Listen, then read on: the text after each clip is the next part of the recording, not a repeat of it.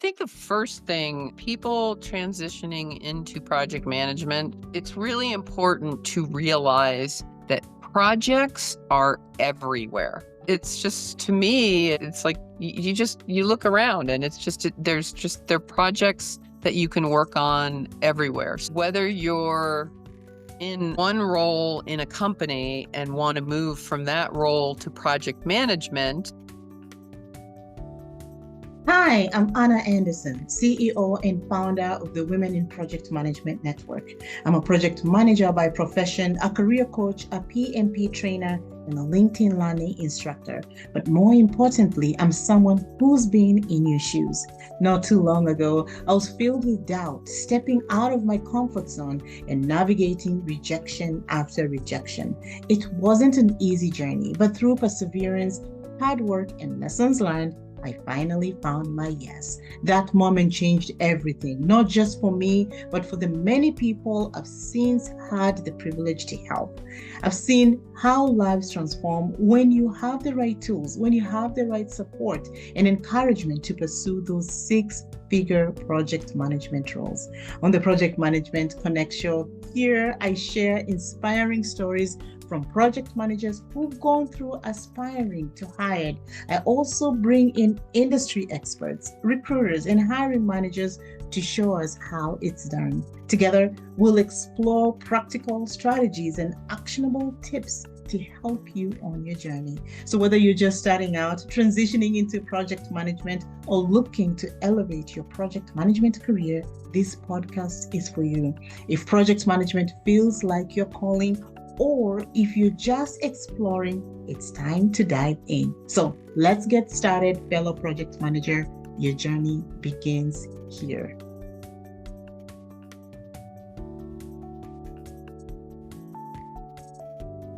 Hey everyone, and welcome back to our show, the Project Manager Connect Show, where I bring in speakers, hiring managers, fellow project managers, just to talk everything project management.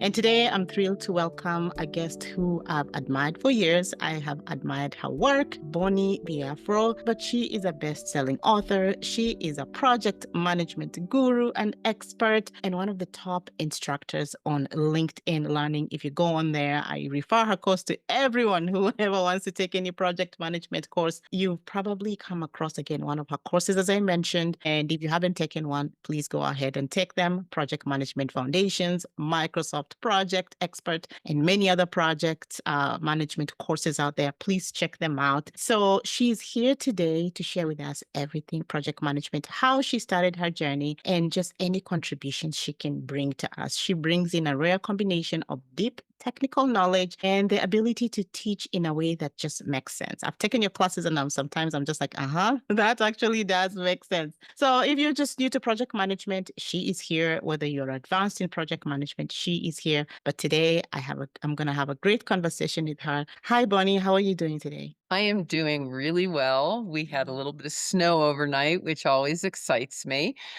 Snow still? What? Yeah, I live at 9,000 feet, Right. so it's a little different. In fact, we're supposed to get snow next week, so I'm always happy with snow. Yeah. And for those of you wondering why I'm saying what, it's because it's spring and I live in Minnesota where it's always cold and we have very few summers, but our snow has fully melted. It's green outside. So I'm shocked to hear that they still snow, but you stay in, in the mountains, I can understand. So yeah, do you want to quickly introduce yourself to everybody? Well, sure. So I'm Bonnie Biafore. At this point, I mostly do training courses for LinkedIn Learning, just because it's fun. It's always different. I enjoy engaging with people and love when they ask questions in the course. But I've written, I don't know, I think about 35 books, but I don't do that anymore. Writing books is grueling. I can imagine. I can imagine. So you have a very rich background from engineering to being an author to teaching. Can you share a little bit about your journey and how you found yourself in project management? Sure. The interesting thing is, I, from a very young age, I planned things and organized things and was really focused on goals, which drove my mother crazy because I would have a goal and I would just like keep track. And I was managing projects Mm-hmm. probably when I was like 10 years old, but just Mm-hmm. didn't know it. And then really kept doing that, didn't know that there was such a thing as project management. And then finally, I was working for McDonnell Douglas and we were working with telephone companies and helping put some software together to manage their central office spaces. And that's when I guess what I was doing became not complicated, but complicated enough that I ended up discovering that what I was doing all along was called project management. And Mm-hmm. it's always resonated with me. So I Mm-hmm. started studying, and that's when I learned Microsoft Project. So just to give you an idea, I mean, that was sometime in the mid 1990s. Mm-hmm. So I've been using Microsoft Project for a very long time. Yeah, yeah, yeah. That's a great background. So you started early on. Had tons Yeah. of transferable skills, organizing, prioritizing, doing all these things as a little girl, but then you were able to, leverage those skills and now become, what it is that you are today. So what inspired you to start teaching others? I heard like nowadays you love teaching and I've seen all your work. I see how you run office hours. You're always answering questions to people who have project management related questions. What inspired you to start teaching others, especially on platforms, huge platforms like right now, LinkedIn Learning, a billion people plus? Yeah, well, actually, let me answer that in 2 parts. So, Mm-hmm. first of all, I just have this ability to understand something and maybe break it into pieces and then explain it to other people. When I was in college, I had a part-time job and we were this was back when we were actually putting together integrated circuit boards, but we were putting components on the boards. And I put them together like faster than anybody else. Mm-hmm. So, I ended up writing an instruction manual for my process for putting these things together. That's just always been my thing. But it wasn't really me who got me started with LinkedIn. I had a literary agent for the technical books that I was publishing. And at the time, lynda.com contacted my agency because they were starting to grow quickly and they were looking for authors. And so they initially talked to me about doing a course on QuickBooks. And then when they found out that I knew Microsoft Project, they asked me to do the course on Project. And this was back my Microsoft Project course was the first project management oriented course in the library because Mm-hmm. I started in 2009. So, yeah, it wasn't my idea, and honestly, when I first started, I was terrified. It was so scary Yeah. to sit in this room by myself and, like, talk to nothing, but I ended up Yeah. figuring it out. No, but your courses now have gone on to teach millions of other people on how to, use platforms and tools like Microsoft Project, which, it's as Microsoft Project, I know maybe when you started, it had different things, but it has evolved. Yeah. Now a lot of people are using it now to, just track and manage their projects. So that's amazing, the background and how someone actually reached out to you from, when it was still lynda.com and now it's Yeah. linkedin.com. That's amazing. So that's just like a project on its own. And as project managers, and you just said it was difficult. So I'm assuming it was a complex project. How would you, in your own words, for us project managers or for anyone who's studying and they've been given a complex project, what are you going to share with them on how to just break that down for them as they're starting out? Yeah, I we just had our local project management symposium here in Denver, and I ended up introducing this woman who had been an executive at Google. And her workshop, she talked about they gave her and she was relatively young at the time. Mhm. Really very impressive woman. They gave her this project to organize and decide how to eliminate well, let me back up. Google had and apps that Mm, they built within the company that were just for running the company. 10,000. Wow.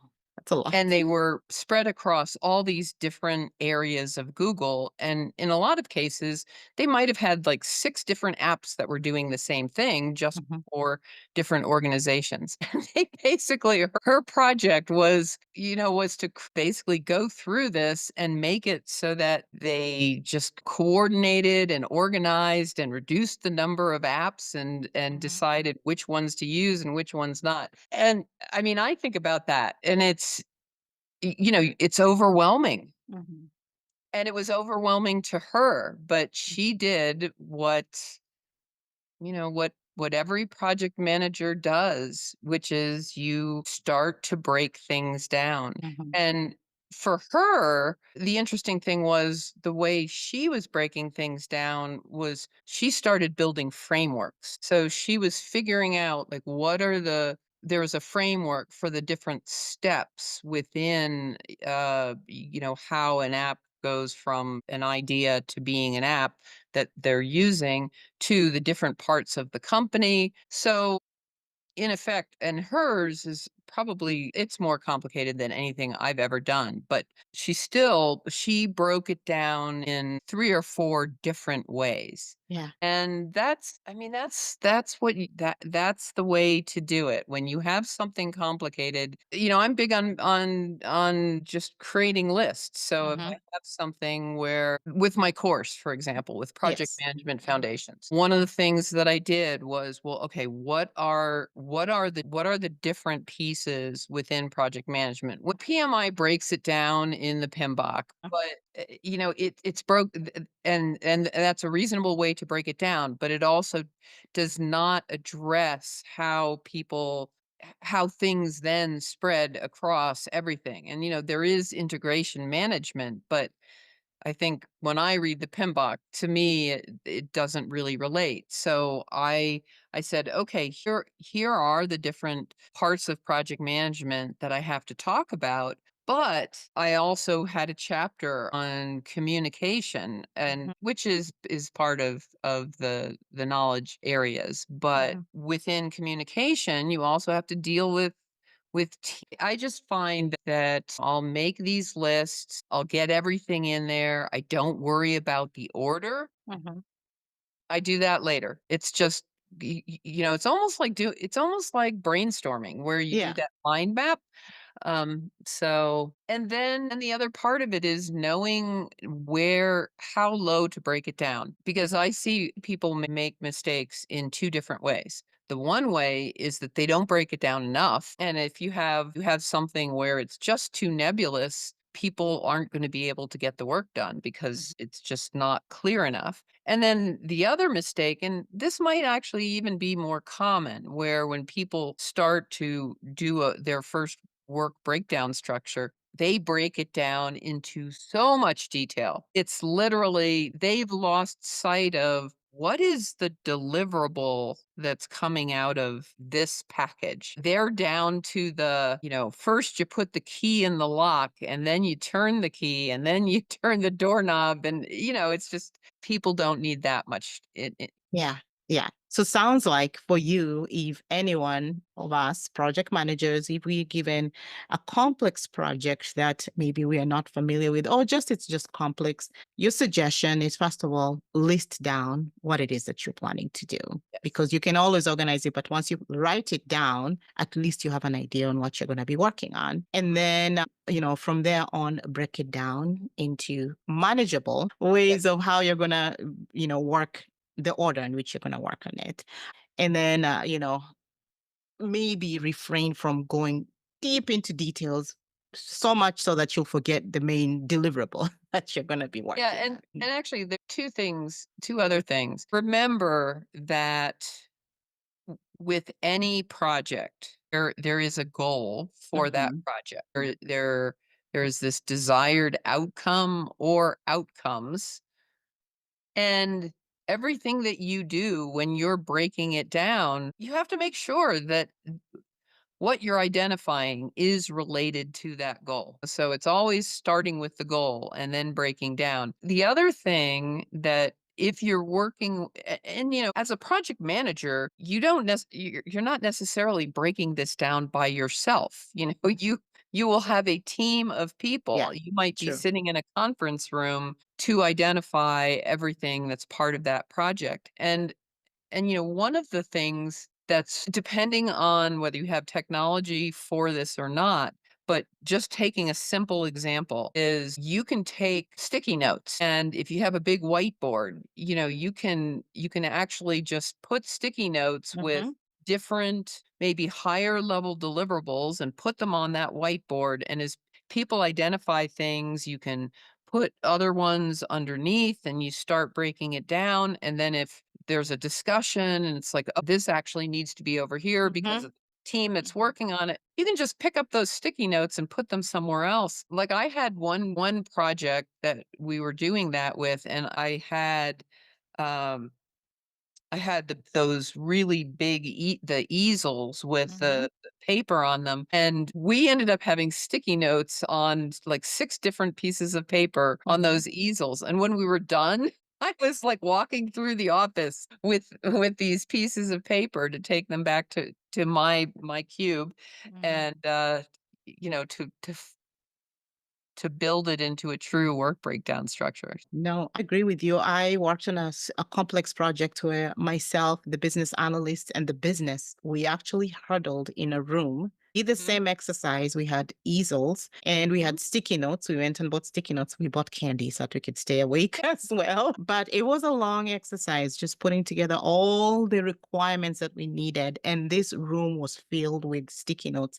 And then I remember after that, we started like categorizing them. No, this goes here, this, and it Yes. actually help us break it down from a visual perspective. We could remember because we use different sticky colors, and then also just talking through it with everybody in a room. So you're right. Also, you're not going to be doing things by yourself because sometimes some of the people that I work with, they're like, "Oh my gosh, Anna, I've just been hired. I don't want them to think that I didn't, I wasn't fit for this role. So I'm trying to Yeah, do everything by myself." No, you're going to have a team because we can't all be experts in each yep. and everything in our project. Thank you for breaking that down. But what's one misconception? Because a lot of times I used to have this person who used to ask me, she's kind of like a, um, relative. But when I told her I was a project manager, she used to think that I was a secretary. And I always had to always tell her, no, that's not what it is. Nothing wrong with being a secretary because I think they're amazing. No, that's an amazing role as well. But there's tons of misconceptions on who project managers are. What are some of the ones that you've heard and you feel like I need to correct them? This is not who we are. Well, actually, that first of all, a comment on, secretaries or admins. When I was working at McDonnell Douglas, I was in technical sales, and honestly, if you wanted to know like you know how to get something done in the client's company or like meet whoever, just get to know the secretaries and the admins Mhm. because quite honestly, they make everything work. They make So everything work. Yeah. Mhm. yeah. As far as misconceptions, actually, for me, it isn't so much a misconception about what project managers are. Although the one thing I did find interesting is it wasn't until several years ago that I realized that a producer in the entertainment business, like a producer on Mhm. a movie or a TV show, they're project managers. Yes, yes, they are. I can tell you I have 3 clients who've just gotten roles and they were producers, one for, Yeah. NBC Universal, big organization. And in the beginning, she was like, I don't think so. And now she just got a role with Tiffany and Company as a technical project Oh, manager. nice. Yeah, Yeah. yeah, yeah. Yeah, Mhm. so, and Tom Hanks ended up writing a book during the pandemic, and I listened to it on Audible, and basically it's very meta because he wrote a book about creating the next big blockbuster movie. And Mhm. and he like, he's the description. I mean, he goes into great detail about how these producers make things happen, just like project managers. Mhm. But the misconception that that I want to talk about within project management. And it's a misconception from people outside of project management is they think that there isn't enough time to plan. And I was asked this by so many executives so many times. They're like, we just want you to get the team started, Mhm. and I'm like, what are we doing? And it's like, I have to put a plan together. And it's like, no, we don't have time for that. You Mm. have to get the team started. And I was like, no, I won't, because if I get the team started, they more likely than not will be working in the wrong direction. And then when we finally get the right direction, all that work that they did is going to be wrong and has to be thrown out, and we start over again. So we might as well spend the next day or two figuring out what we're going to do and make a plan. It doesn't have to, on a lot of these projects, the plan did not take long to put Mhm. together. But yeah, that's the thing. It's like, oh, we don't have time for that. Or the other thing people will say is, well, what's the point of planning, because everything changes anyway? Yeah. Yeah. And it's like, yes, that's true. Things do change, but if you have that plan, you will be better prepared to address those changes, Mhm. because you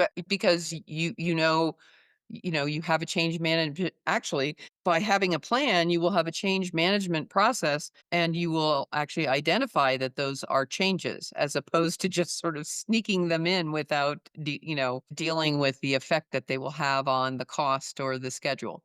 Yeah, yeah.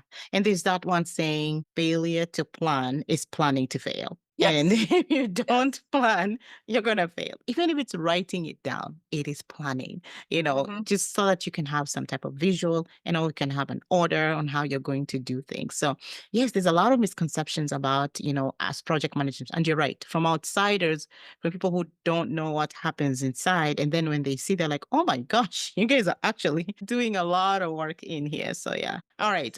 I want to shift to your course, Project Management Foundations, because I think it's an amazing course. Oh, And thank I you. refer everybody to that course. I tell everybody's always like, how long is it? I'm like, if you have 3 hours, 30 minutes, go take that course. And number two, if the good thing with LinkedIn Learning, you can start, stop. So even if you don't have the full 3 hours, 30 minutes to sit Right. through it, you can start, stop, pause, come back. But it is an amazing course that thousands and thousands of people have taken as a start. And for me, even though I have my own courses and stuff like that, when people reach out to me, I'm like, first of all, if you feel like project management is your somewhere, some place that you want to start, maybe take this course, feel it, see if you fit in it, listen to it, and then Mhm. come back and let me know, okay, Anna, I want to take this course, I want to take this program.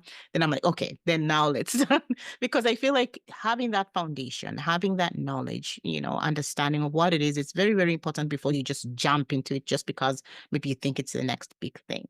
What motivated you to create this course? Again, not me. I had recorded my Microsoft project course Mhm. for, and this was still lynda.com. And my content manager said to me, she said, we're thinking about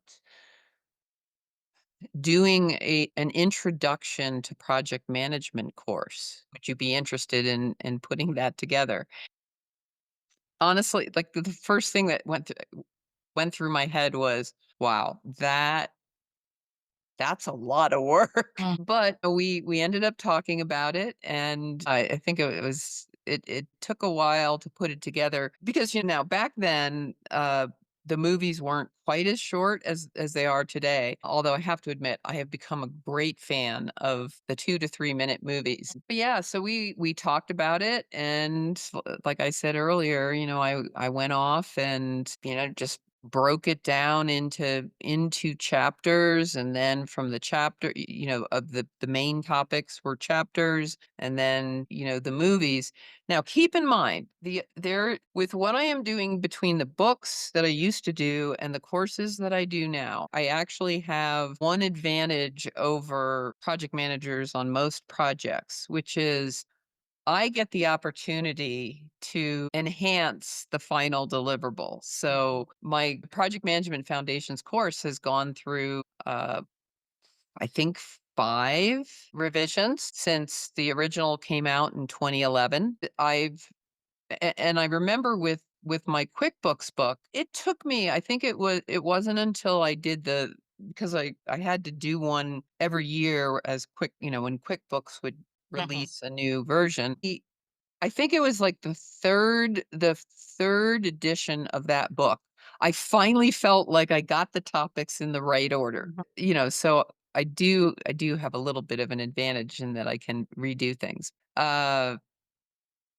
Yeah, over time, I think the big thing for me is I've been able to really hone each movie to focus on the absolute key point of that particular little topic. Because like you say, it's 3.5 hours, which is a little daunting, but there's a lot to project management. So I try to fit as much in as possible within the time constraints that I have. And I know a lot of people will send a message or ask a question in the course, and it's like, why don't you cover this? And it's like, Mhm. because LinkedIn doesn't want the course to 16 hours. It could be 16 hours.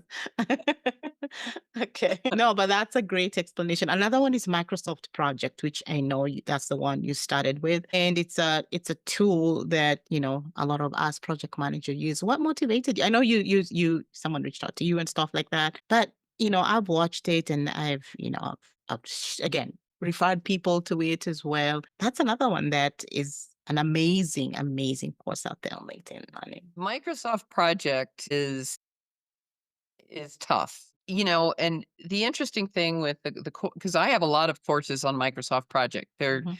Um, you know, I started with the comprehend well, it's called the essential, it's like Microsoft Project Essential Training, but it's pretty comprehensive for essential training. And I do go into a lot of detail about Microsoft Project in that course. Honestly, if somebody really wants like the ultimate amount of detail, I still have a book that you can get on Amazon, Microsoft Practical Project Management with Microsoft Project, that goes into even more detail.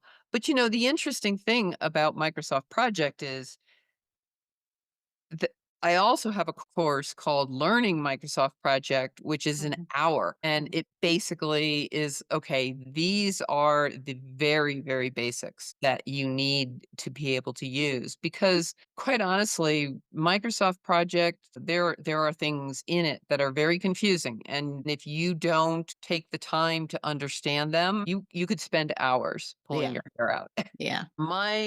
My goal with teaching Microsoft Project is to try to explain simply and clearly some of the features in the software that at first glance like make no sense whatsoever. And the other thing too, one of the things with my philosophy with teaching is I always explain why you want to use something in software before I explain how. Mhm. And that's something that most user manuals with software do not do. They say, here's this feature and here's how you step through it. And they never tell you, like, yeah, but what's it really for? Yeah, yeah. No, those are great two courses that you have out there that I'm hoping also a lot of people are taking advantage of because they are great foundational courses, especially if you're starting project management. All right, so I'm going to talk about networking. The way we met, remember, it was through LinkedIn instructors Yeah. meeting and stuff like that. We were broken into, breakout rooms, and here I am with four other strangers. And we all shared, I don't know what the question was, I don't remember what we were going to be talking about, but I remember once I saw you in the room, I was like, I'm in the same room with her. What? I was just like, I don't know. And it was a very short breakout room. It was only, I think, 3 to 5 minutes, and we had to go back. I'm like, I'll never see her again. I don't think we'll ever be in the same room again because there were tons of instructors on that call that day. But thankfully, you messaged me and say, "Hey, Anna." I was like, "Oh my God, she messaged," and stuff like that. And the rest is history. So I always say that was an amazing moment and how we met. But one thing again, if you're trying to find a role into project management or speaking engagements, the way you speak, you had someone reach out to you, one of the best things is networking. LinkedIn is one such platform that has billions of people. It's a professional site. How do you encourage people to utilize platforms like LinkedIn for networking so that they can get opportunities at places either they want to work at or things like that? LinkedIn has LinkedIn has so many different ways Mhm. to network. Certainly the there are all these different project management groups that you can join. Although there are so many members that, again, that can be overwhelming. The one group that, and I honestly, I don't go there very often, but the one group that I think is really good is the PMP study group Uh-huh. on LinkedIn, in part because I think just the nature of people preparing for what is a very, very difficult examination. It just sort of smooths the way to networking because you're going to be asking questions, or you can see what other people are posting, and it gives you reasons to reach out to other people. So just in terms of building that sort of the person to person network. And then, of course, the features for doing job searches and researching companies or finding people within a company that you're interested in. Mhm. Um, there's just there are a lot of different ways. Now, I always talk about this as far as networking goes. I'm a big believer in volunteering, and I have volunteered. I've been on the core team for the Mile High chapter Rocky Mountain Project Management Symposium. I've been on the core team now for it might be 10 years. I really don't know. It's been a long time. And we're planning a huge symposium, a 1-day symposium, and Mhm. it's so I've met a lot of people that way, and I've gotten to know the people in the PMI chapter, and there's just all these opportunities to, and in fact, one thing, I usually work with sponsors. Mhm. Well, this year, there was someone on the core team who was interested in possibly in working with Reich. Well, it turns out that Reich was a platinum sponsor at our Mhm. symposium this year. She was able to network, with the people from a company she was interested in working for. So, See, yeah, yeah, that goes a long way. So then, yeah, networking is huge. I've met tons of people, and that's how even someone reached out to me on that platform about doing the course, that is on there. What about people who are transitioning into project management? From your perspective, what are some of the things you can share?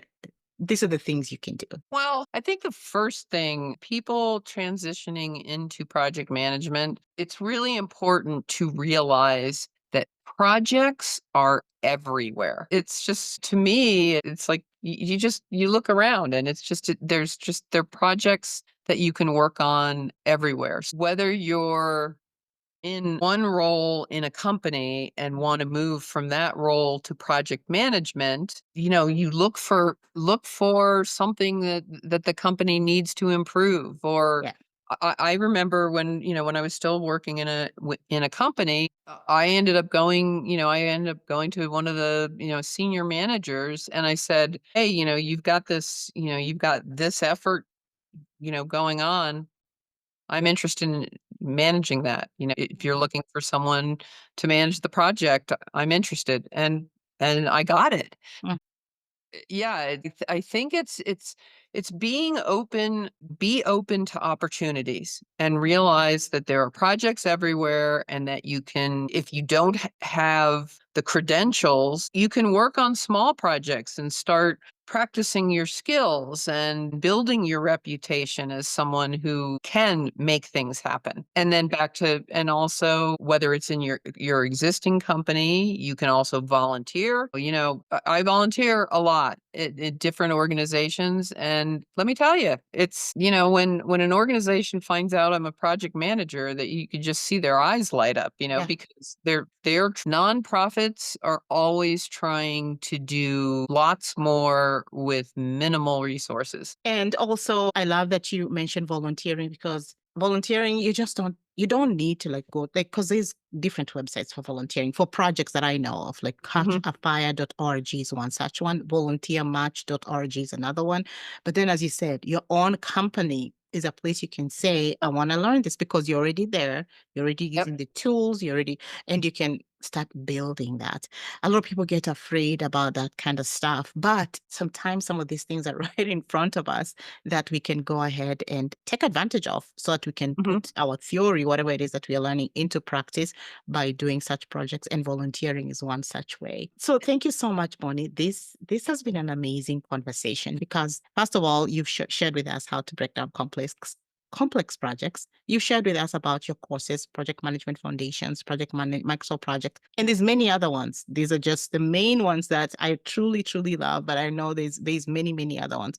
You are an author, you're a speaker, you volunteer, you juggle many, many things, but you do them so well. You do, what is it called on LinkedIn? Office hours, where you bring in Mm. different speakers to speak with them, and I would love to put some of your, like the books that you said on Amazon on the show notes, so that if anyone wants to go get them, they can go ahead. But how can people reach out to you? I know LinkedIn is a main platform. How else can people reach out to you? Yeah, the best way is to either send me a message Yeah. on LinkedIn, or post a question in a course. Mhm. y- you know, uh, you can send me a message with detailed questions. The big thing with that is the more information when you reach out, the more information you can provide, Mhm. the faster and the better I can respond. Sometimes in courses, and actually, I mean, it's a common thing. Lots of people do this where they'll have post a question in a course and say, this doesn't work. And it's like, what do you mean by it doesn't work? Like, what were you trying to do? What did you expect the software to do? And what did the software do? Yeah. You know, Yeah. because until I know those things, like I can't answer the questions. So yeah. But that is really the best way, because I'll be honest with you, my email inbox is very hard to manage. And so it's helpful for me to get those contacts on the LinkedIn side as opposed to emails, because they're more likely to get lost in email than on Yeah. LinkedIn. Yeah, yeah. No, thank you. And I'll put your LinkedIn link on the show notes as well. So that if whoever is not connected with you or is following you, should do that immediately so that they can stay current with your posts, and maybe they can message you as well. Any final And words? I also have that weekly newsletter too. Oh, yes, I see that. I see that it comes through to my email. Thank you for sharing that. Any final words? The one thing, final word is also, when you're trying to get experience transitioning into project management, another thing that you can do to try to get your way in is, project managers have a lot to do. And so you can also look into offering to help a project manager with some Mm. aspect of their project, which has two benefits. The one is you will be getting experience. You will be getting some informal mentorship from that Mhm. project manager, and it won't be quite as intimidating because it's not like you're taking on an entire project Yeah. by yourself. So, Yeah, no, that's a great way. So, and doing it internally, where again, we already have the tools that maybe you're wanting to learn. Now you're seeing them practically how they're doing it. Maybe you're attending meetings, you're listening to the yep. common lingo within the organization. That's a great way to doing that as well. Again, this has been an amazing conversation, Bonnie. I truly appreciate you, and I truly also thank you for just being there. I sometimes, again, I say maybe you're my fairy godmother on the LinkedIn streets, because I don't know, you've just been so kind to me, and I truly appreciate you. And I also truly appreciate you taking the time to be with me today on this Project Manager Connect show. So thank you so much. Well, I want to thank you, because you do so much for so many people with the things that you're doing related to project management. Honestly, you're helping so many more people than I am. So I'm very thankful for you as well. Thank you for what you do. No, thank you. All right, so we will talk soon, and I will, get in touch again. But for now, thank you so much, and we'll talk soon. Thank you. Thank you.